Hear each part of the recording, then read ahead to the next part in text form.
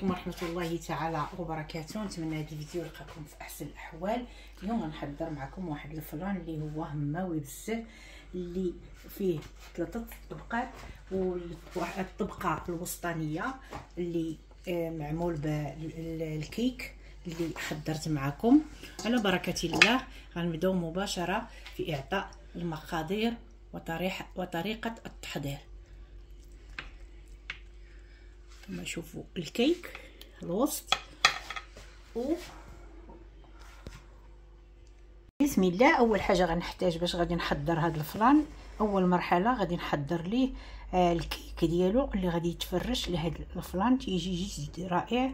غناخذ 3 البيضات هما موجداهم، كاس الا ربع ديال السكر، قبصه ديال الملح، قشور ديال حامضه، كيس ديال الخميره من وزن 15 غرام، و125 غرام زبده بحراره المطبخ تكون بلاندا، و125 غرام ديال الدقيق المتعدد استعمالات، طبعا يكون منخول.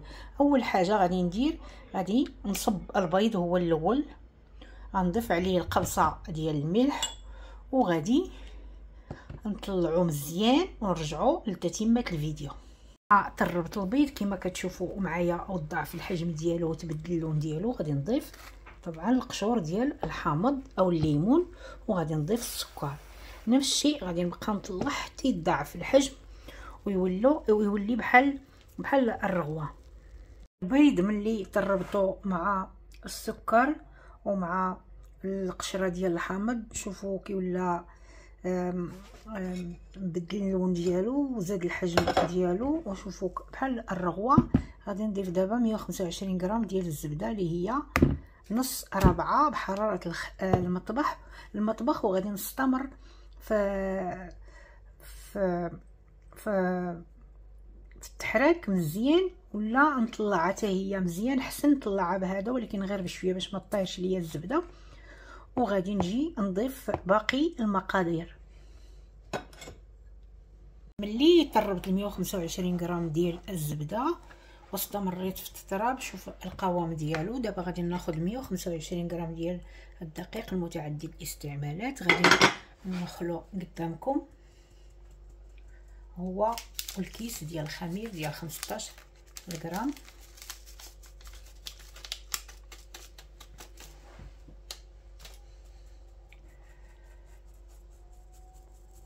غنضيف ما تبقى من الدقيق،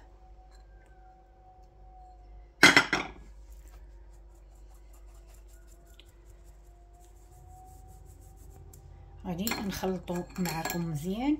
وانا موجده المول يكون ريكتونغيلار ديال الحلوى، غادي نخلط مزيان حتى يتمزج هاد العناصر، وغادي نجي نصبو معكم في المول وغادي ندخلو الفران. خديت هاد المول كما قلت لكم ريكتونغيلار. شوفوا القوام ديال الكيك ديالي، انا ما بغيتوش يجي طالع لان غادي غير نفرشو الفلون اللي غادي نحضر معكم. صافي غندخلو الفران على 180 درجه لي ديجا شاعل، وغادي يستغرق تقريبا 15 دقيقه حتى ل 20 دقيقه.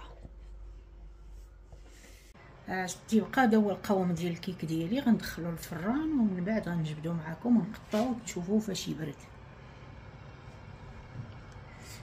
الكيك ديالي ها هو خرج من الفران، خليته تبرد. غادي نقطعو على بحال هكا، لان غادي نفرشو الفلون، وخاص يكون كيما المول اللي درت فيه الفلون، كيما المول اللي باش خدمت الكيك. غادي نبدا نقطع وغادي نبدا غاديه حتى نكمل الكيك، وغادي نجي نفرشو معكم الفلون ديال الخليط ديالي. شوفوا كي ولا خليت حتى داب السكر وتفاعل كاع المكونات الثلاثه. غادي نخلط مزيان وغادي نجي نمونطي معكم الفلان. غناخذ واحد المغرف باش غادي نبدا نصب. خديت المول نيت باش خدمت الكيك. ها الكيك ها هو قطعته، وغادي ناخذ 150 غرام ديال الكراميل. حضرته قبيله وخليته بارد كاع تنعرفوا نحضروا الكراميل فاش تخدموا وتبغيو تطفيو عليه. ديروا ليه واحد الطريف ديال الزبده باش يبقى يبري ويجي لذيذ. غادي ندهن مزيان حتى الجناب ديال الفلون ديال القالب ديال الفلون. شوفوا معايا مزيان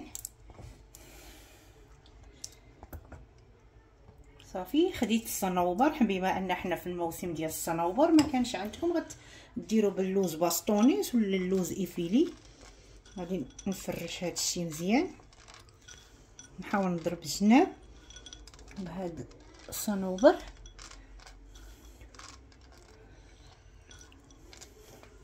صافي. وغادي ندير نصب الاول هو النص ديال هاد الحشوه.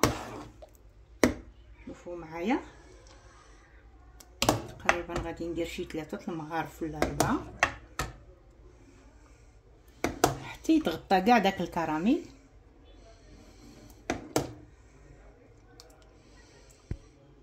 وغادي نبدا نشرع في الكيك. شوفوا معايا مزيان كاع المراحل، غنبقى غاديه هكا حتى نستف الكيك ديالي مزيان ونكمل.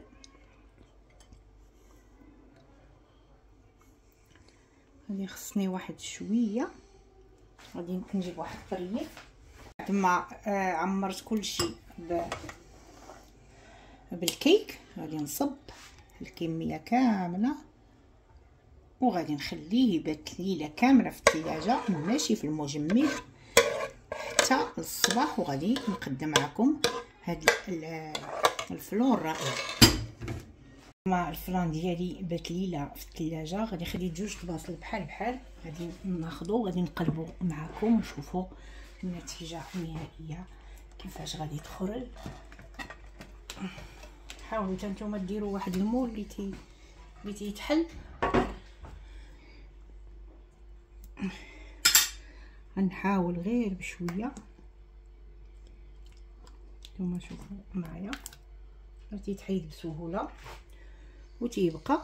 هذا هو الشكل النهائي ديال الفلان اللي حضرت معكم مرحله بمرحله. حاولوا تجربوه تردوا عليا الخبار بحال العاده. ما تنسونيش بالتعاليق المحفزه والبارطاج مع الاهل والاحباب لكي يصلكم ما هو جديد على قناتي. والى اللقاء في فيديو قادم ان شاء الله.